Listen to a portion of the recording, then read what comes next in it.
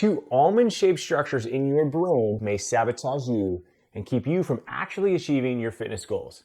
This almond-shaped structure in your brain is called the amygdala. It's involved in the processing of emotions such as fear, anger, and pleasure. The amygdala is also responsible for determining what memories are stored in the brain and where those memories are stored. Now, if you set your fitness goal wrong, you may hijack your amygdala and actually completely sabotage your success.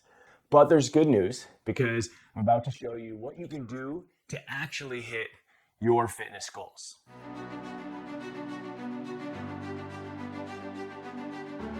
Because of the dangerous world we come from, like saber-toothed tigers trying to eat our ancestors, our amygdala records fear much better. It remembers fear like velcro so we stay alive, and our brain remembers pleasure like food sticks to teflon.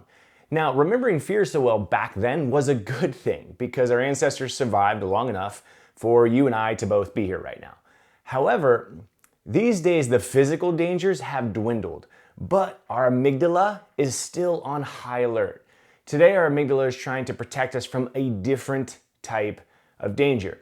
And when it comes to setting your fitness goal, we have to be careful not to actually hijack our amygdala and sabotage our success.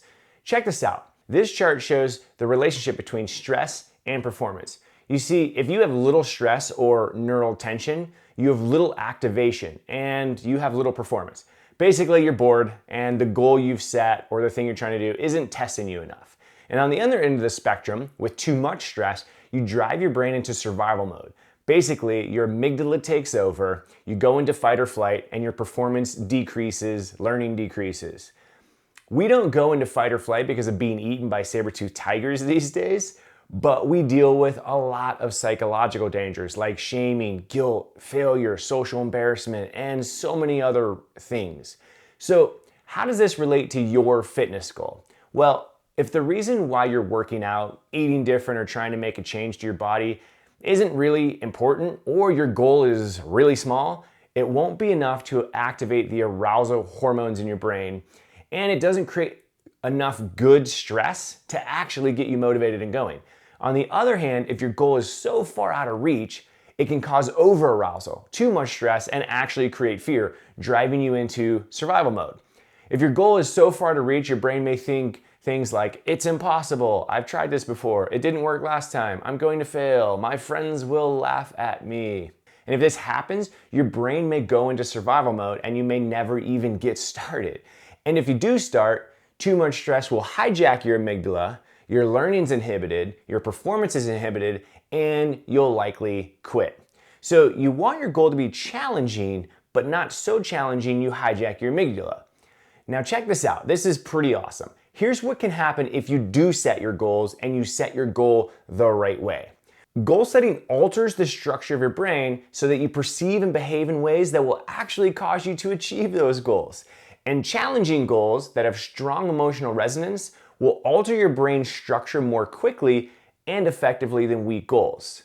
In fact, a recent study published in the Journal of Experimental Psychology show highly emotional goals cause participants to downwardly evaluate the difficulty of achieving that goal. Basically, it says if you want a goal bad enough, your brain will perceive obstacles that you may see along the way or feel along the way or have along the way as less significant than they might actually be.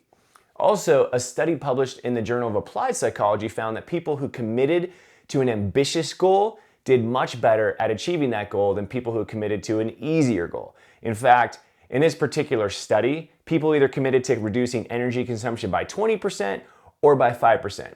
The people who committed to the higher goal, the 20%, actually saved energy. The people who committed to the easier goal, the 5%, actually used the exact same amount of energy as they did before. They didn't get better at all. So here's your challenge. Write down your fitness goal, read it, and see if it motivates you, or if it completely freaks you out, or if you just kind of go, eh.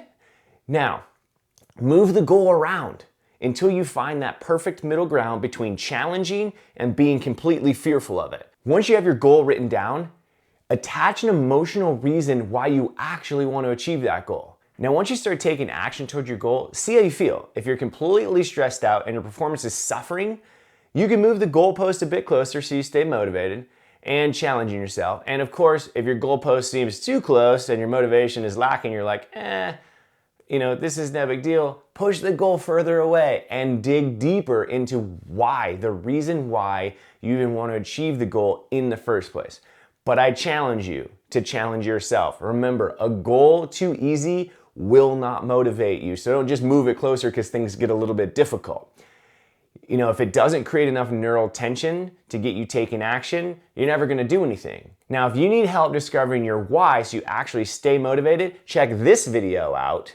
And as always, hit the like button, subscribe, and make sure to turn on notifications so you know when the next video goes live. All right, get to your challenge, and we'll see you on the next one.